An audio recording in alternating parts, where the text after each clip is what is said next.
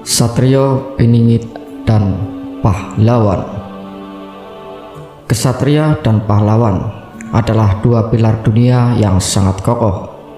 Perbedaan dari keduanya adalah yang satu menggunakan energi tempur untuk melawan ataupun melakukan perubahan, dan yang satunya lagi menggunakan energi spiritual yang bisa menyatukan seluruh dunia. Dua kekuatan yang sering disalahartikan karena sebagian besar orang percaya bahwa kekuatan itu dihasilkan hanya dari kerasnya latihan. Padahal kekuatan itu adalah sesuatu yang didapatkan dengan cara alami dari objek apapun.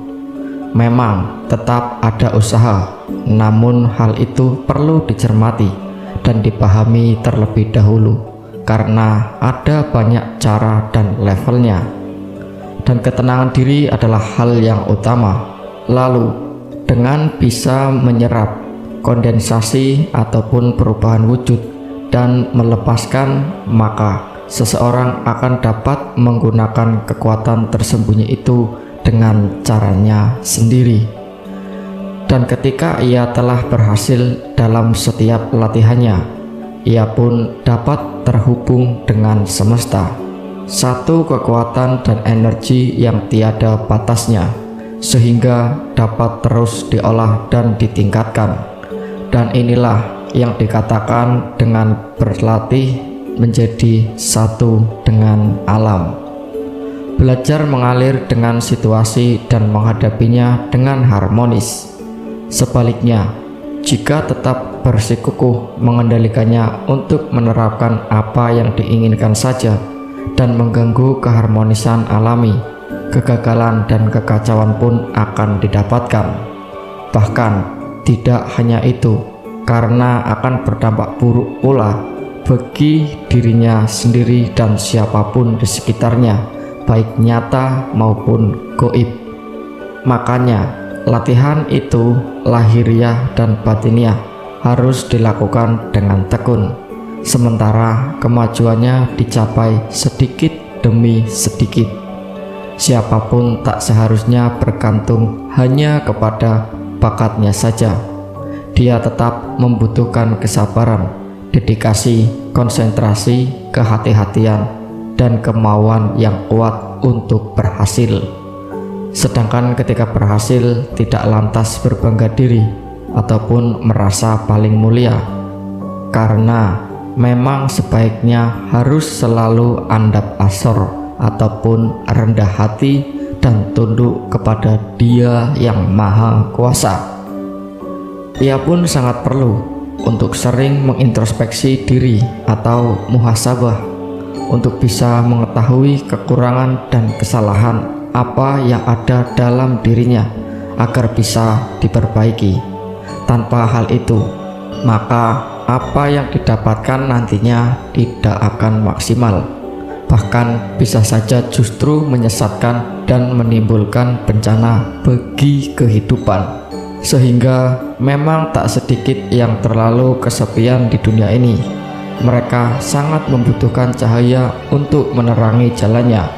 Hanya saja tidak banyak yang sadar akan hal itu dan mau mencari yang hakiki.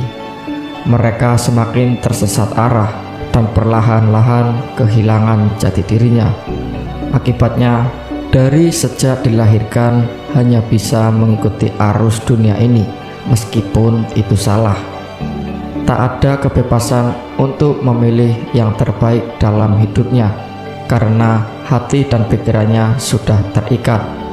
Dan kita hidup di tengah keadaan dunia yang semakin buruk. Mereka tak tahu apalagi yang harus dilakukan agar tidak ikut tenggelam dalam kekacauan dan jatuh dalam kebencian yang tiada akhir. Pribadinya jauh dari sikap hati yang baik, agung dan tenang. Ini sangat merugikan. Untuk itu, seorang Satrio Piningit pada hakikatnya adalah sosok pahlawan yang bisa menjadi penerang di tengah kegelapan. Begitupun sebaliknya, karena tak ada satu dari keduanya maka sama saja dengan bohong. Kedua sifat itu selalu menyatu, baik dengan sengaja ataupun tidak disengaja, baik dalam hal lahiriah ataupun batiniah. Keduanya pun telah menjadi benih di dalam diri seorang satrio piningit dan bisa tumbuh dengan baik, tapi dengan catatan bahwa ia telah mengenal diri sejatinya sendiri. Tanpa hal itu, maka semuanya takkan tercapai, sia-sia belaka lantaran sudah tertipu oleh semua keduniawian. Lalu, kekuatan yang sesungguhnya terkadang hanya bisa dirasakan, tak bisa dibicarakan. Sungguh aneh jika ada yang mengatakan bahwa ia tahu semua jenis energi dan memahami setiap kekuatan di alam ini. Hal semacam itu tidak lantas membuatnya hebat, tetapi justru semakin menunjukkan tingkat kebodohannya. Oleh sebab itulah kepekaan dan keluasan atau fleksibilitas sangat diperlukan.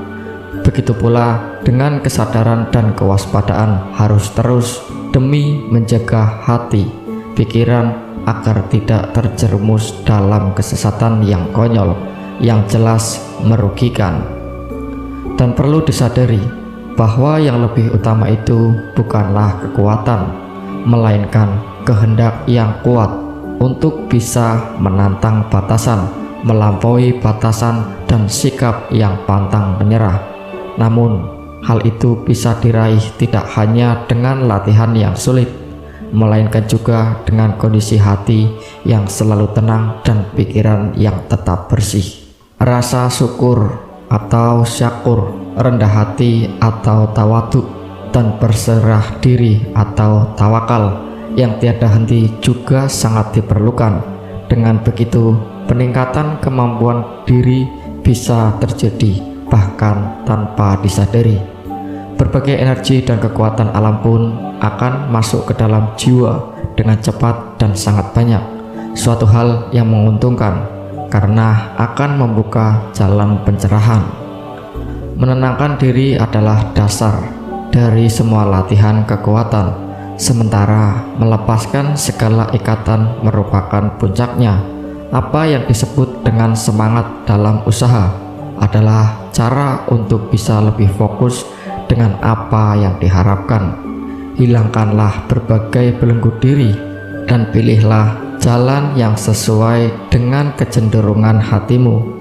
Dengan begitu, niscaya kekuatan yang tersembunyi yang tanpa batas itu akan membantu. Kau akan menjadi yang lebih baik dan bisa terselamatkan.